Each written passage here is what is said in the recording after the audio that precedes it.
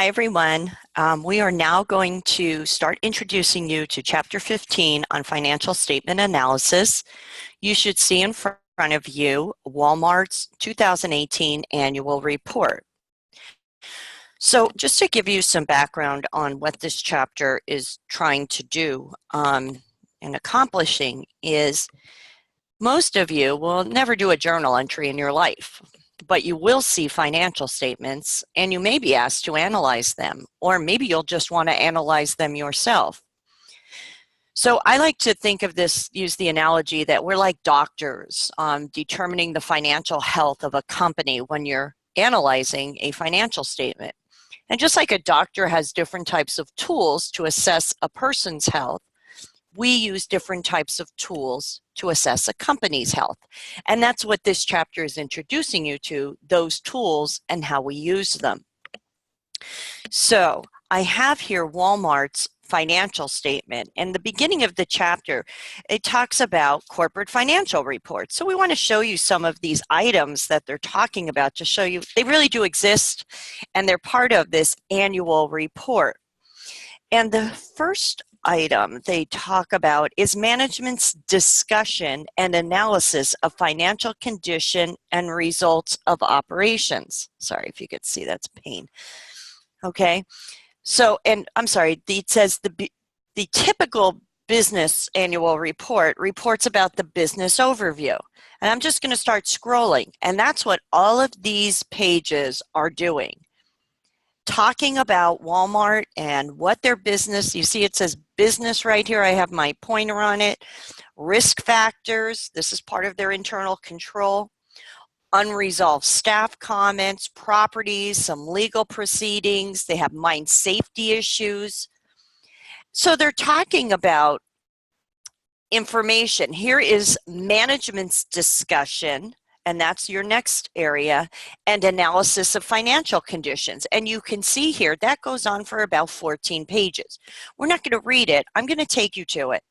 But you can see this does exist. And if you're interested in reading it, I'll show you how to get to the Walmart site and get to this financial statement on Tuesday. But you can see there's a lot of stuff here talking about the financial condition of the company. Scroll back up here. And what we focus on, oh, I'm sorry, one more thing we want to tell you about is what's important for public companies is the audit report of the company. So you can see where it says financial statements and supplementary disclosures or data. I'm going to click on that. Now here's management's report to the shareholders. Here's the report of the public accounting firm. So that is the audit report. So if we click on that, it'll tell us how well Walmart did with their audit. And I can tell you this is what we call an unqualified opinion. It means there's no material problems. Remember that word material? Significant. I'm going to zone out right there. In our opinion, the financial statements present fairly in all material respects. So it doesn't mean they're perfect. It just means for the significant items, they're presenting stuff fairly. The financial position of the company, so that's its balance sheet and the results of its operations, income statement, and its cash flows for 3 years ended January 31st, 2018, in conformity with GAAP. That statement makes this an unqualified opinion. The rest of it talks about how they determine their opinion, and then you could see their auditor is one of the largest accounting firms in the world, Ernst & Young. So just to show you, they talk about qualified opinion and adverse opinions. Then we have the actual financial statements. And here they are. Statement of income, statement of comprehensive income, consolidated balance sheet. Look at it, it's a classified balance sheet like we learned. A statement of shareholders' equity. We focused just on a statement of retained earnings. But in reality, companies actually create an entire statement of all the changes in stockholders' equity, not just retained earnings. So that's what this defines, how all of the various accounts, you have common stock, paid in capital in excess of par, retained earnings, accumulated other comprehensive income, shareholders' equity, and this is something special we didn't talk about. When a company controls another company, owns more than 50%, what about the other stockholders? Well, they're called the non-controlling interest. Then we have their statement of cash flow, which we didn't focus on, but I'm going to talk to you about it a little bit on Tuesday when we meet. Then we have all their notes to the financial statements, and we have talked about this. This is where the company's telling them, here's how we did our financial statements. Here's the stuff we use, FIFO, LIFO, average cost, how we use depreciation, and many other items that are required to satisfy the full disclosure principle that we talked about back in Chapter 6. So this is an actual financial statement that a person can download from the internet, look at it for Walmart, and those are the key areas. Now you can see this is over 102 pages long. I just wanted to show you it so you can see these things exist. They're just not in a book. Now, I'm going to stop sharing this screen, and I'm going to now share my Excel. This is the file I asked you to download so we could demonstrate the different tools we actually use to analyze now the health of the company. You know, and you think about it, what happens when you go to the doctor? Well, I know what happens when I go. When I go in, my doctor sits down with me and talks to me for a good, 10, 15 minutes. What's going on with your life? How have you been? What changes have occurred? How you feeling? Personal, professional, health questions. He wants to see the whole situation as it exists. So the first thing we do as we're analyzing a financial statement is read the annual report. See the whole picture first before we start using the tools to do a diagnosis. We want to see everything. So that's really your first step. But then what do we do afterwards? And this is where we get into the problem portion of our chapter.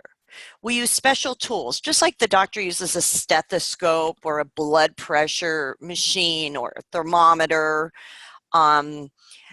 We use those kind of tools as well to help assess the health of a company. And in our chapter, because we use other things also, but we're going to focus on how we could use the balance sheet and the income statement to assess the company's health using various tools.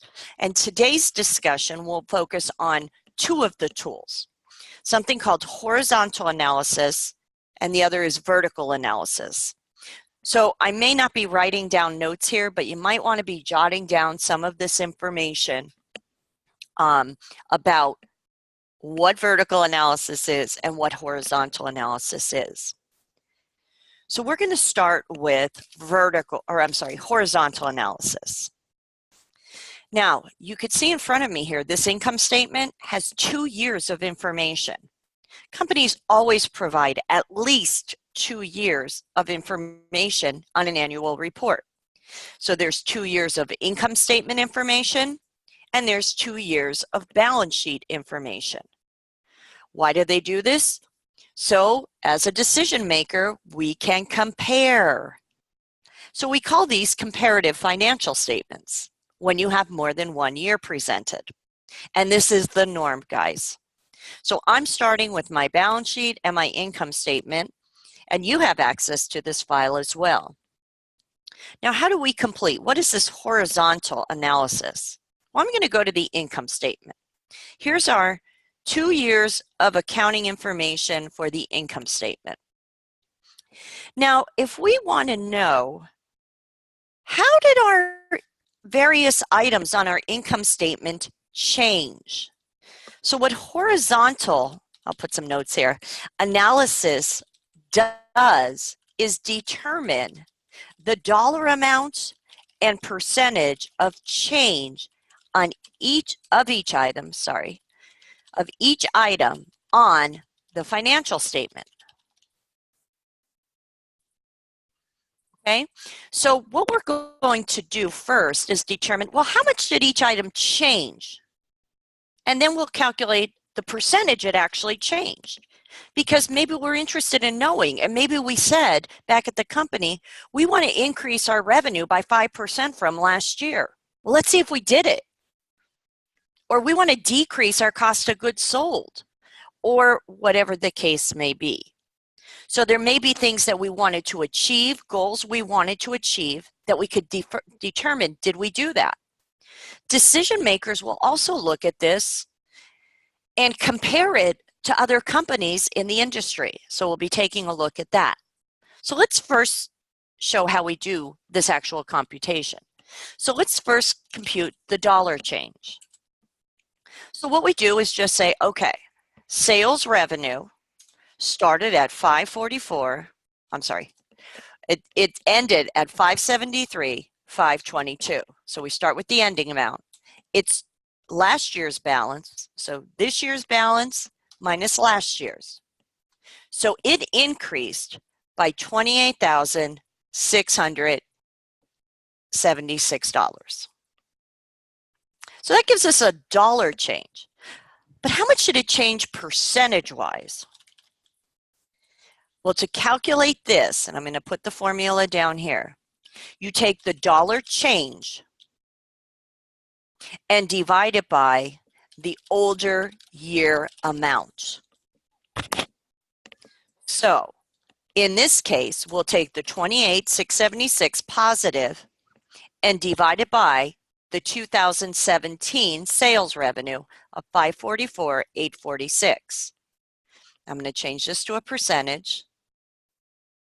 So it looks like our sales revenue increased 5.26%. Hey, that's what we wanted to do. Okay, so not only does it show a dollar change, but it also shows like a common item to measure, which is a percentage. Now, what if we wanted to compare ourselves to the industry? So we operate in, the education industry, because this is called Teacher Corporation. And what there are companies out there, what they do is they will take a look at various companies in the teaching industry, calculate their horizontal analysis for their income statement and balance sheet, and then average all of them together. Kind of like we do when we take a test and we say the class average was, a 70. They'll do the same thing with companies in your industry, because then you could judge yourself. How well did I actually do? So if the industry is at 4.5%, and I made that up, then we actually did better than the average in our industry. So it's kind of like saying, oh, the average was a 70, I got an 85. So I was on the other end. I was the one who did better than the average. Okay, and that's what decision makers will use this for. So let's take a look at cost of goods sold. It ends at 302,371. It started at 296,324, or not started, but last year's was 296,324. So the dollar change is 6,047. Now let's determine the percentage change. Take 6,047 divided by last year's cost of goods sold, the older. And that is very wrong. It's because I changed those to percentages. And so let me just do that. Okay, so this would be 2.04%. Okay, and then we would compare to the industry. So we do that for each item on our income statement. So I'm going to do this with the formula. When you use Excel, it's very easy to calculate this using a formula. So I'm going to do the dollar change by taking B7 minus C7, and that gives me a dollar change of 22,629. And then I'm going to take D7 divided by C7, the older year. And there's my percentage change. Okay, so now I'm just going to copy and paste that formula and this formula, but you will have to do this manually. But I wanted to give you the answers so that you can go through this exercise and calculate these changes. So that's our first type of analysis. Oops, just going to put a double underline there. Horizontal on the income statement tells us how much, what percentage each item changed. We could do the same thing for the balance sheet, the same way. So I'm going to come over to my balance sheet. I'm going to put a dollar change column and then a percentage change. Again, you're going to take this year's amount of cash, subtract last year's amount of cash. So cash decreased by $2,000. How much percentage-wise did it decrease? Take now put it in as a minus 2,000 divided by last year's cash balance of 82,000. So it decreased by 2.44%. Let's do accounts receivable. This year's net accounts receivable is 180,000. Last year's was 225,000. So net-wise, accounts receivable decreased $45,000. Take the decrease of $45,000 divided by last year's $225,000 balance. This also decreased, looks by 20%. Now that doesn't mean that's bad. We're just saying how it changed. If the industry, and this is the key, we're going to compare these amounts to what we expected, what happened last year, and then our comrades in our industry. So if they increased cash by 3%, let's put that in a percentage-wise so it looks the same. And we decreased by 2.44%. Okay, there could be something going on there. So this is identifying areas that maybe the company needs to look at or a decision maker may want to note. There might be an issue there. So we do this with each item on our balance sheet. So I'm just going to put it in as a formula now. C9 minus E9 gives me my dollar change. And we do this for every single item. Let me put that's not what I wanted. I wanted dollars. There we go. Okay. Then we take our change, F9, divided by, in this case, E9. And that gives us our percentage change. 20% increase. So I'm just going to copy and paste my formulas, and I'll expand my columns. Whoops. So when you're taking a look at this, you don't have to worry about that. There we go. Okay, and then I'm just going to now divide each item by the older year. Each change, dollar change. Oh, look at that. So in here, that one did change. What happened?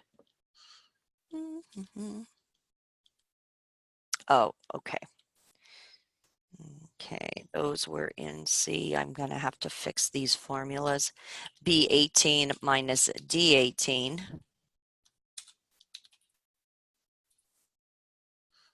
Okay, because some of them went into other columns. And then these have an error because there's nothing in those columns.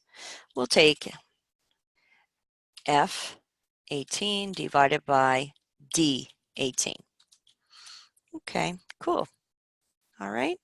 So we just have to be careful when we're using formulas that we're citing the correct columns to do our calculations if you're using formulas in Excel. And it looks like pretty much, except for this one right here. Let's fix this one.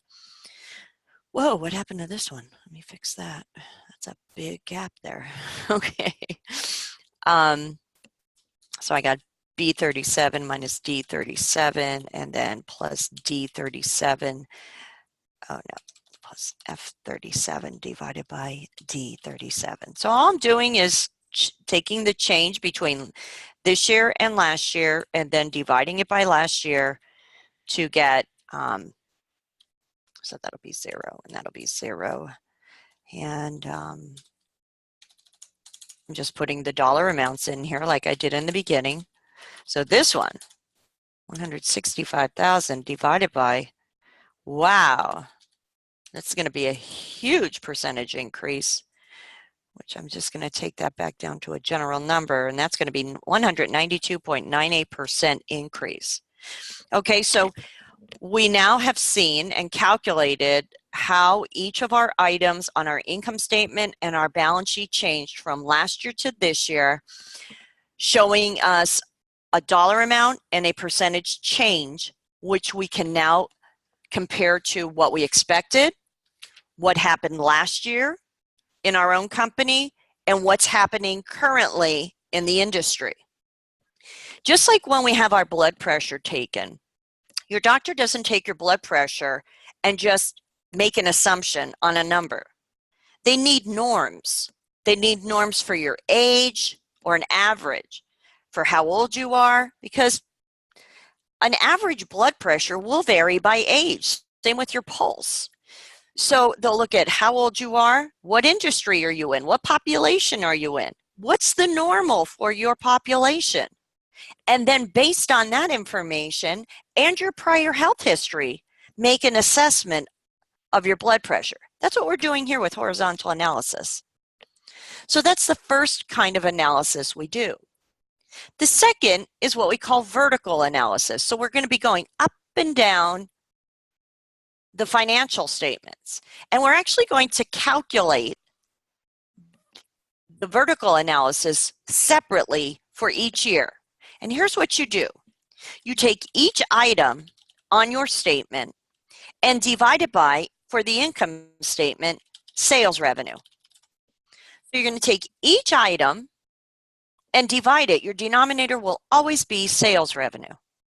So for 2018, we'll take 573,522 sales revenue divided by 573,522 sales revenue. Oh, and we get 100%. Then we're going to take 302,371 cost of goods sold divided by this year's sales revenue of 573,522. Okay, when we convert that to a percentage, 52.72%. So that just told me our cost of goods sold is 52.72% of our sales revenue, or for every dollar of sales revenue, we spend 52.72 cents on our inventory that to sell, to make that revenue. If we take the 271,151 and divide that by our sales revenue, sorry, it's not in percentage form, so, okay. So our gross profit is 47.28% of our sales revenue, or every dollar of our sales revenue, we retain 47 cents, 0.28 after paying for the inventory that we sold. Oh, goodness. Okay. Sorry, if you could hear that, my cell phone's going crazy and I'm just not in the mood. Okay, so that's giving us information just for this year. It's telling us what percentage each item on our income statement is of our total sales revenue. We'll do the same thing for selling expenses. 55491 divided by 573,522. 9.68%. Same with our general and administrative costs. I'll convert that to a percentage. Oh, geez. 5.76%. So each item is defined percentage-wise in terms of sales revenue. So we can see, where's our sales revenue going? What are we paying for with it? So I'm just going to now create a formula. Nope, plus B11. And I'm hoping I do this right, plus B. I want to keep my sales revenue constant in my denominator. So I'm just going to copy and paste that and percentage it, and there we go. So let me just verify I did that right. If I take my net income divided by my sales revenue, 33.91%. So of all of our sales revenue, we keep 33.91% as income at the end of 2018. Now, to understand if this is a good number or not, what these percentages are saying, let's take a look at the percentages for 2017. So 544,846 divided by 544,846. Each year is separate. Take the 296,324, divide that by the 544,846. Whoops, there we go. Same with the gross profit, 248,522 divided by 544,846. And there is our percentage. So now, last year, cost of goods sold was 54.39% of sales revenue. So it looks like we're spending less compared to sales revenue. And our gross profit percentage has increased. It went from 45.61, meaning that's the percentage of revenue we kept as profit, up to 47.28. So we can compare ourselves from last year. Again, you could also see, well, what does everybody in our industry do? This will always be 100%. But if this is okay, so if these are the norms, hey, we're right in line with the average. A matter of fact, we're a little bit above average for 2018. Let me fix this. There we go.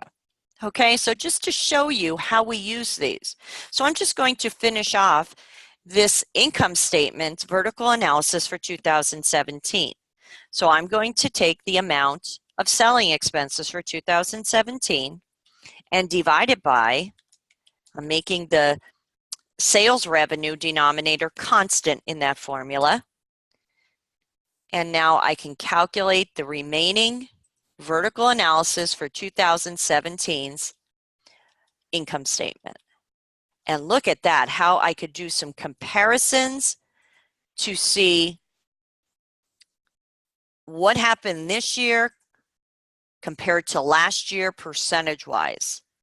Last year, look at that. Last year's what we call profit margin, or the percentage of income we keep of our sales revenue, was 31.59. This year's is 33.91. Now, when we look at these and compare them, we can see they didn't change really significantly.